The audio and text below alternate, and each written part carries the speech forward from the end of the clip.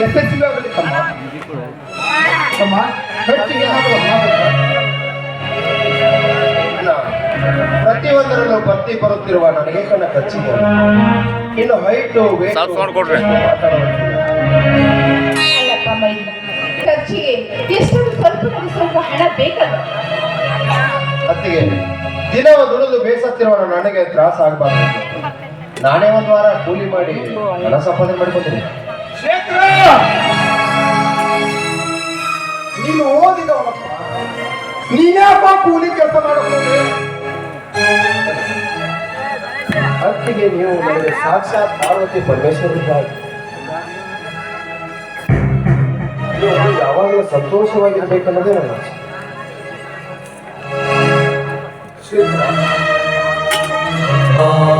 ಶೇಖರ, ನನ್ನ ಕಣ್ಣಲ್ಲಿ ನೀವು ಕಣ್ಣೀರಲ್ಲಪ್ಪ, ಪನ್ನೀರು ಪನ್ನೀರು ಕಣೋ. ಸಂತೋಷದ ಆನಂದ ಬಾಷ್ಪ. ಶೇಖರ, ನಿನ್ನ ಗುಣಕ್ಕೆ ನಾನು ಸೋತು ಹೋದೆನು.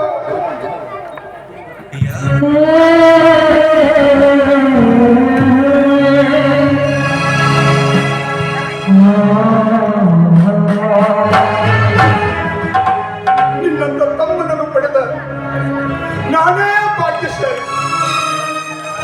ಆ ಮಾರುತಿ ಶ್ರೀರಾಮನ ಮೇಲೆ ಭಕ್ತಿ ಇಟ್ಟ, ಆದರೆ ಈ ನನ್ನ ತಮ್ಮ ನನ್ನ ಮೇಲೆ ಪ್ರೀತಿ ಇಟ್ಟ. ಹೋಗಿ ಬಾ ತಮ್ಮ, ಹೋಗಿ ಬಾ. ನೀನು ಹೋಗುವ ಕೆಲಸ ಯಶಸ್ವಿಯಾಗಲಿ. ಈ ಹಿನ್ನೆಲೆ ಊರಿನಲ್ಲಿಯೇ ನೀನೊಬ್ಬ ದೊಡ್ಡ ಅಧಿಕಾರಿಯಾಗಿ ದೊಡ್ಡ ಅಧಿಕಾರಿಯಾಗಿ ಬಾ. ಆಯ್ತು.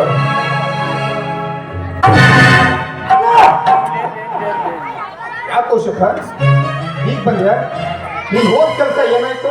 ಬೆಂಕಿ ಹಚ್ಚು ನನ್ನ ಕೆಲಸಕ್ಕೆ ಹೋಯ್ತು. ಒಂದೇ ಮನೆಯಲ್ಲಿ ಬೆಳಿಗ್ಗೆ ಚೂರು ಅಂತ ಗೊತ್ತಿರಲಿಲ್ಲ. ಏನಾಯ್ತು? ಹೀಗೆ ಮಾತಾಡ್ತಿದ್ಯಾ? ಸ್ವಲ್ಪ ಬಿಡಿಸಿ ಹೇಳು. ಬಿಡಿಸಿ ಹೇಳಬೇಕಾ? ನನ್ನ ಕಥೆಯನ್ನು ಮುಗಿಸಿದ ಮೇಲೆ ಬಿಡಿಸಿ ಹೇಳುವುದೇನಿದೆ? ಮನೆಯಲ್ಲಿ ಕಣ್ಣ ಕದಿ ತುಂಬಿಕೊಂಡಿರುವಾಗ ಅದರ ಬಾಳಿಗೆ ನೆಮ್ಮದಿನೇನದಾಗಿದೆ. ಅಶ್ವತ್ಥ, ಯಾರು ಅಂತ ಕೇಳ್ತಾನೋ ಬರುವ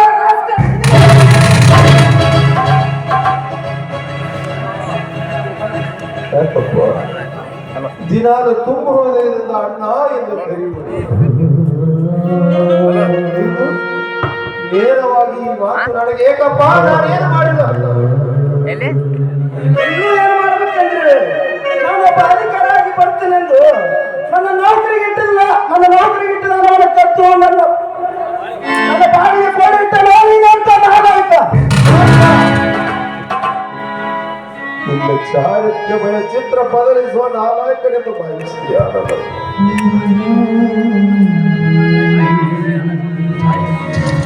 ನಾಲಾಯಕ ಯಾರೆಂಬುದು ಸತ್ಯದಲ್ಲಿ ತಿಳಿಯುತ್ತದೆ.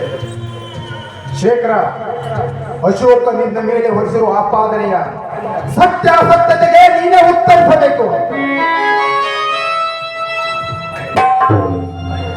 ಸತ್ಯ ಅಸತ್ಯತನ್ನು ತೂಗಿ ನೋಡುವ ಪರಮಾತ್ಮರ ಚಿಕ್ಕಂದಿನಿಂದಲೂ ನನ್ನನ್ನು ಅಕ್ಕರೆಯಿಂದ ಬೆಳೆಸಿ ದೊಡ್ಡವರು ಮಾಡಿದ ನೀಡಿರುವಾಗ ನಾನು ಏನಂತ ನೋಡಿದ್ದೇನೆ. ವೃಕ್ಷ ಬೆಳೆದ ರಕ್ಷಕ ರಾಕ್ಷಸರಾಗಿ ಅದನ್ನು ಅಗೆಯಲು ನಿಂತರೆ ಅದರಿಂದ ಫಲ ದೊರಕುವುದಿಲ್ಲ. ಅದರಂತೆ ನನ್ನ ತಮ್ಮನೊಬ್ಬ ದೊಡ್ಡ ಅಧಿಕಾರಿಯಾಗಿ ಬರಲೆಂದು ಹಗಲಿರುಳು ಕನಸು ಕಂಡ ನಾನು ಅವನ ಬಾಳಿಗೆ ಮುಳ್ಳೆರಚು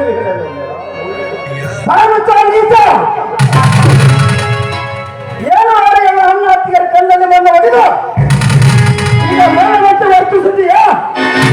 ನೀನು ನನ್ನ ಹಣ ಕಟ್ಟಿರುವ ಹಾಗಾದರೆ ಈ ಸುಟ್ಕೇಸ್ ಓಪನ್ ಮಾಡಿ ತೋರಿಸು. ಎಲ್ಲರಿಗೆ ತಿಳಿಯಲಿ ಈಗ ಕಣ್ಣೀರಿನ ನಾಟಕ. ದೇವರಾಗೇನೋ ನಾ ಕೆಲಸ ಮಾಡಿ ನೋಡು ನೋಡು ನೋಡು ನೋಡು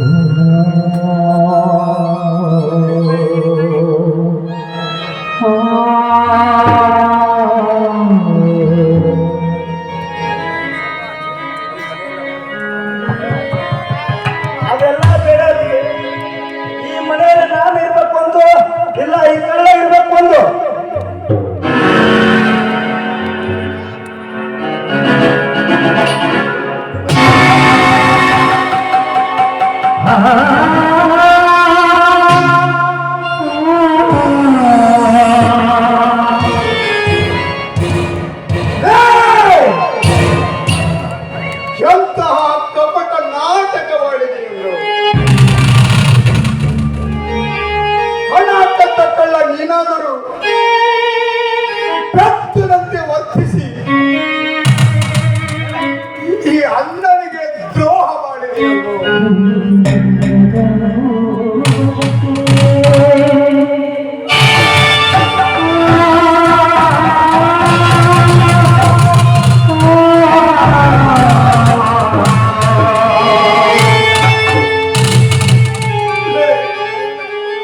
ಅಶೋಕನ ಜೀವನವನ್ನು ಹಾಳು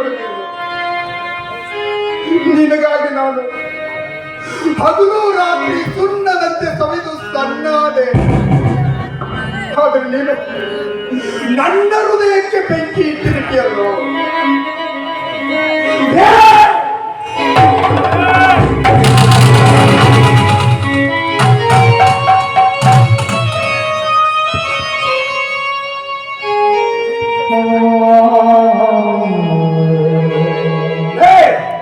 ಮಗಳೇ ಇಂಥ ಏಸಿಗೆ ತಿನ್ನುವಂತ ಕೆಲಸ ಯಾಕೆ ಮಾಡಿದೋಳೆ?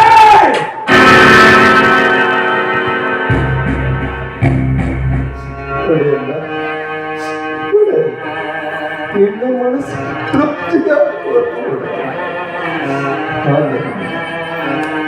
ದೇವರ ಕೆಳಗಡೆ ಈ ಕಳ್ಳತನದ ಕೆಲಸ ಮಾಡಿಲ್ಲ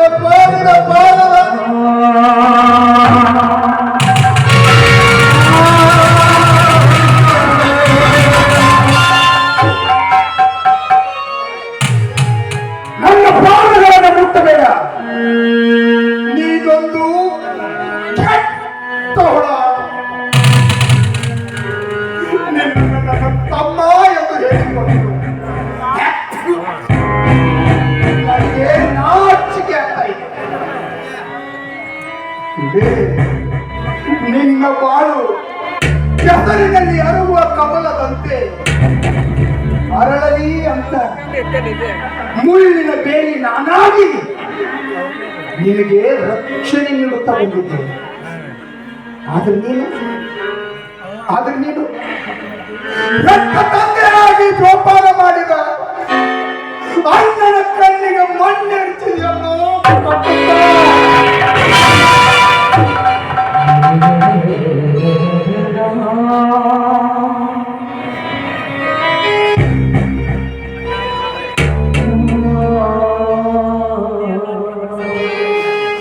ನೋಡಿ ನಿನ್ನ ಮನಸ್ಸಿಗೆ ತೃಪ್ತಿ. ಯಾಕಂದರೆ ಚಿಕ್ಕಂದಿನಿಂದಲೂ ಅಕ್ಕರಿಕೆಯಿಂದ ಇದೆ ನಿಮ್ಮ ಕೈಯಾರ ಬೆಳೆಸಿದ ಈ ದೇಹ ಇದು ತಪ್ಪು ದಾರಿ ಹಿಡಿದಿದೆ ಎಂದು ನೀವು ನಂಬುವುದಾದರೆ ಇದೇ ನಿಮ್ಮ ಕೈಗಳಿಂದ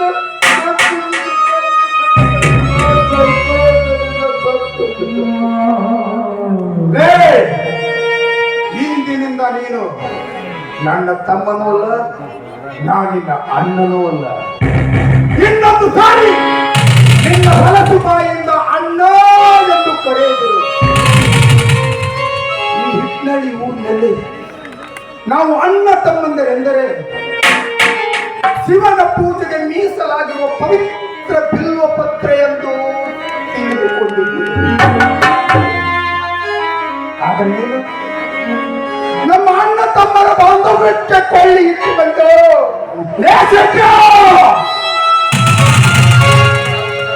ನಿನ್ನ ಕೆಟ್ಟ ಮುಖವನ್ನು ಇನ್ನೊಂದು ಸಾರಿ ನನಗೆ ತೋರಿಸಬೇಡ. ನಿನ್ನ ಕೆಟ್ಟ ಮುಖವನ್ನು ನನಗೆ ತೋರಿಸಬೇಡ.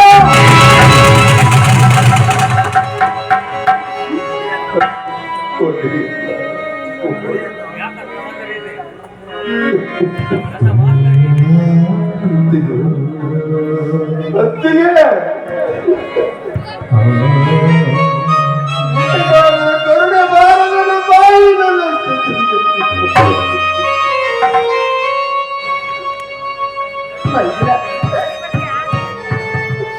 ನನ್ನ ಮೈದುನನೆ ಮಾತು ಮಾಡಿದ್ದೇನೆಂದು ದಿನವಿಡೀ ನಿಂದು ಹೋದರು. ನಿನಗೂ ವಿಶ್ವಾಸವಿಲ್ಲೇನಮ್ಮ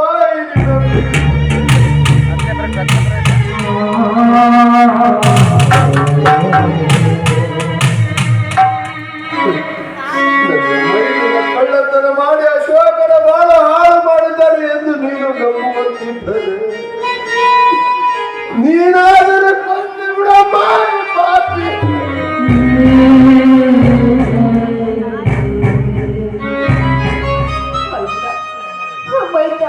ಹೇಗಂತ ಬಿಡಿಸ್ಲಪ್ಪ ಈ ಹೋಗಟ್ಟಿನ ಅರ್ಥವಾದ ನಾನು ಅದೆಲ್ಲ ಬೇಡ ಅಂತೀಯ, ಕಣ್ಣು ಮುಚ್ಚಲ ಆಟ ಅದೆಲ್ಲ ಬೇಡ ಅಂತೀಯ, ಕಣ್ಣು ಮುಚ್ಚಲ ಆಟಗಳು. ಇವನು ಮಹಾ ಕಟುಕರಿದ್ದಾನೆ. ಅವನಿಗಿಂತ ಅವನಂತ ನೋಡಿದ್ರೆ ನೀವು ಮಹಾ ಕಟುಕರಿದ್ದೀರಿ. ದಯವಿಟ್ಟು ಹಾಗೆಲ್ಲ ಮಾತಾಡ್ಬೇಡಪ್ಪ, ಹಾಗೆಲ್ಲ ಮಾತಾಡ್ಬೇಡ. ಈಗ ನಿನ್ನ ಅಣ್ಣ ತಿಳಿಯಲಾರ್ದೆ ತಪ್ಪು ಮಾಡಿದ್ದಾನೆ. ಇದೊಂದ್ಸಲ ಅವನ ತಪ್ಪನ್ನು ಕ್ಷಮಿಸಲು ಮಾಡಿಲ್ಲ.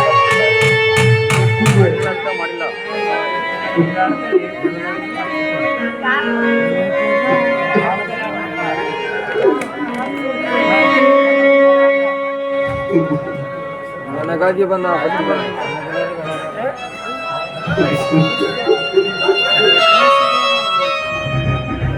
ನನಗಾಗಿ ಬಂದ ಆ ಪತಿಗೆ ತಮ್ಮನಿಂದ ಇಬ್ಬರನ್ನು ನುಡಿಸಿಕೊಟ್ಟು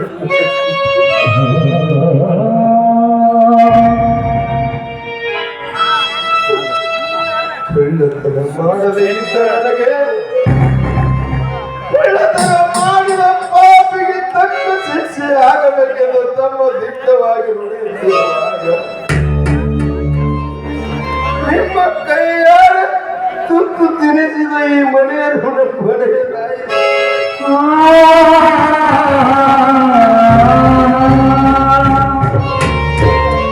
ಅಳ್ಬೇಡಪ್ಪ, ಅಳ್ಬೇಡ. ಏನು ಇದು ತಮ್ಮ ಸಿಟ್ಟು ಬಂದು ನಿನ್ ಮೇಲೆ ಏನೇನೋ ಮಾತಾಡ್ತಾನೆ. ಅದಕ್ಕೆ ಮನಸ್ಸಿಗೆ ಎಷ್ಟೆಲ್ಲ ನೋವು ಮಾಡ್ಕೊಳ್ಳೋದಕ್ಕೆ ಹೋಗ್ಬೇಡ. ಅವ್ರಿಗೆ ಬಿಡೋದಕ್ಕೆ ನಾವೆಲ್ಲ ತಿಳಿಸ್ಬೇಕು. ನೀವು ಯಾರ ಅಂತ ತಿಳಿದು ಮಾತನಾಡುತ್ತೀರಿ? ಅವನ ಮನ್ನನಲ್ಲ. ಹತ್ತು ಸ್ವಾಧಿ ಎಂದು ಕಟ್ಟಿದ ಹತ್ತು ತನ್ನ ಮೆಂಡನಿಗೆ ಕೈಲಾಸ ಕಂಡ ಹಾದರ ಕೂಸುವನು. ನಾನು ಹೀಗೆ ಹೃದಯ ಬಗೆದು ರಕ್ತ ಕುಡಿದು ಬಿಡುತ್ತಿದ್ದೆ. ನಿನ್ನ ಮೇಲೆ ಯಾವ ಕಾರಣಕ್ಕೂ ಕೈ ಮಾಡೋದರೆಂದು ಅಣ್ಣ ಅತ್ತಿಗೆರಿಗೆ ಮಾತು ಕೊಟ್ಟಿದ್ದೆ. ಇಲ್ಲದಿದ್ದರೆ ನಿನ್ನ ಈ ಮಣ್ಣ ದೇವರ ತುಂಡು ತುಂಡಾಗಿ ಕತ್ತರಿಸಿ ಬಿಡುತ್ತದೆ.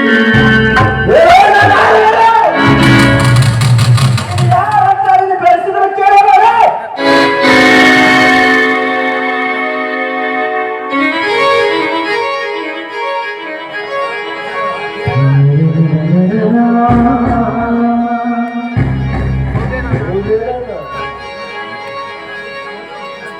ಅತ್ತಿಗೆ ಅಲ್ಲ,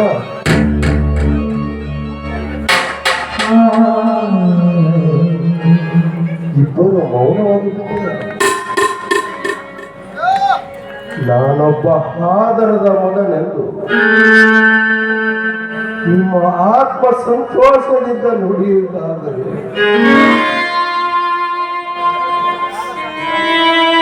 ನಾನೊಂದು ಕ್ಷಣ ಈ ಮನೆಯಲ್ಲಿರಲು ನಿಮ್ಮ ಪಾದದಾನಗಳು ಸತ್ಯ.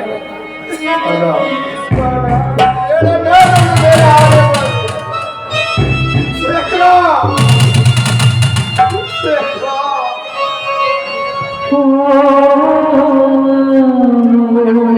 ಬಂದೆ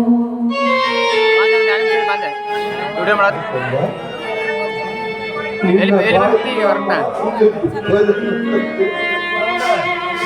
ಬಂದೆ ಸುತ್ತಿಯೇಳು ಸಮುದ್ರವನ್ನು ಸುತ್ತಿ ಸೌಂಡ್ ಏನು ಕಾವಲನ್ನು ಎತ್ತಿ ತಂದು ಕೀರ್ತಿ ವಿರಾಜನ ಸಂಹಾರ ಮಾಡಿದ ಪರಶುರಾಮನ ಶಕ್ತಿಯ ಪಾಲಿತ್ತು ಎಂದು ಗಾಡಿ ಬಂದೆ ಗಾಡಿ ಬಂದೆ ಬಂದೆ ನಿಮ್ಮ ಆ ಮಾತು ಬಿತ್ತರೆ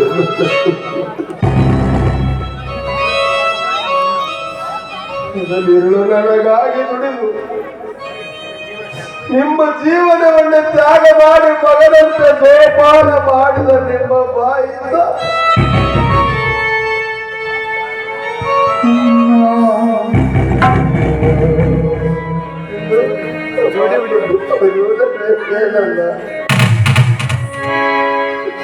ಜೋಡು ಹುಲಿಗಳಂತೆ ನಮ್ಮ ತಮ್ಮಂದಿರಿದ್ದಾರೆ. ಅವರ ಬಾಳು ಬಂಗಾರವಾಗಲಿ ಬಾಯಿ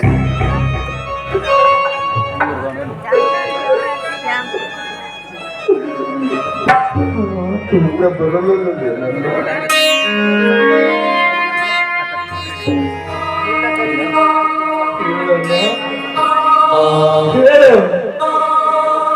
ಅದನ್ನೀಗ ನೀನು ಹೇಳದಿದ್ದರೆ ಹಾಲು ಕುಡಿಸಿದ ಈಗಿನ ಕೈಗಳಿಂದ ಒಂದು ತೊಟ್ಟು ವಿಷ ಕೊಟ್ಟು ಬಿಡನ್ನ ಸಂತೋಷ.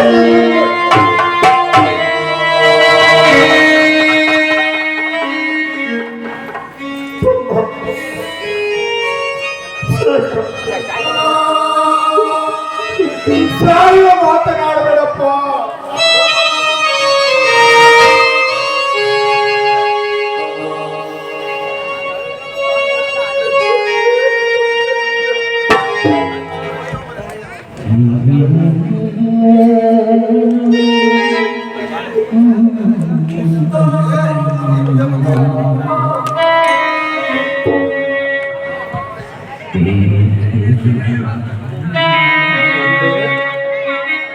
ತಮ್ಮನ ಮಾತಿನಲ್ಲಿ ಸಂಶಯವಿಲ್ಲವೇ ನನ್ನ? ಏ ಶೇಖರ, ಮುಕ್ತ ಸಭೆ ಹಣ್ಣನ್ನು ನಡೆಸಿ ಕೇಳಿದರೆ ನಿನ್ನನ್ನು ಒತ್ತು ಹೊರತಬೇಕಾಗುತ್ತದೆ.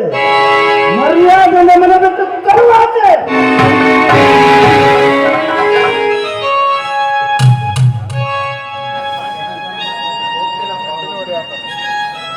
ಹೋಗುತ್ತೇನಪ್ಪ, ಹೋಗುತ್ತೇನೆ. ಅಪವಾದ ಮತ್ತು ಆದರದ ಮಗನೇ ಹೊರ ಹೋಗುವ ಮುನ್ನ ನನ್ನ ಅತ್ತೆಯು ಒಂದೇ ಒಂದು ಮಾತು ಹೇಳುವುದು.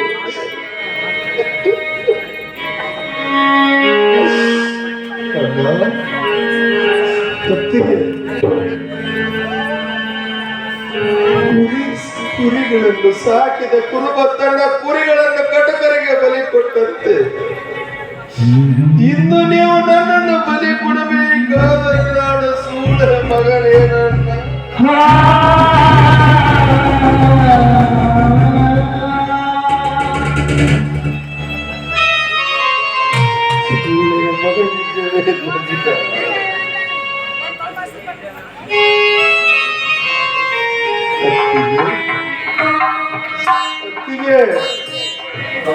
ಪವಿತ್ರವಾದ ನಿಮ್ಮ ಮೊಲೆ ಹಾಲನ್ನು ಉಂಡು ಅಮೃತದ ಆಸರೆಯಾಗಿ ಕನಸಿನ ಆಕಾಶದಂತೆ ಕಳ್ಳತನವ ಅಪವಾದವನ್ನು ಆದರದ ಮಗನೆಂದು ಈ ಸಮಾಜದಲ್ಲಿ ನಾನು ಹೊರ ಹೋಗುವಾಗ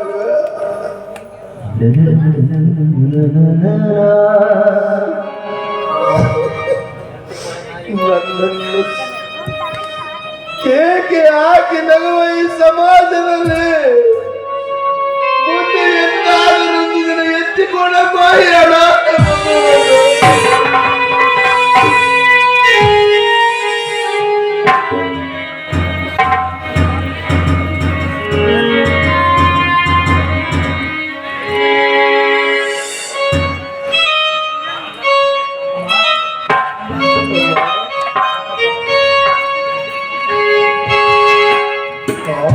ಪಾಠ ಓದಿ ನನ್ನೊಂದಿಗೆ ಸಹಭಾಗಿಯಾಗಿ ಇಂದು ಆ ಬಾಂಧವ್ಯವನ್ನು ಅರಿತುಕೊಳ್ಳಲು ನಿರ್ಧರಿಸುವ ನೀನು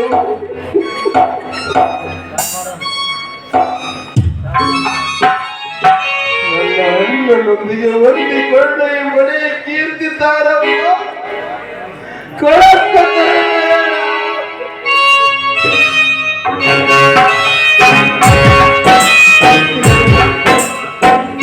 ನಾನೆಂದು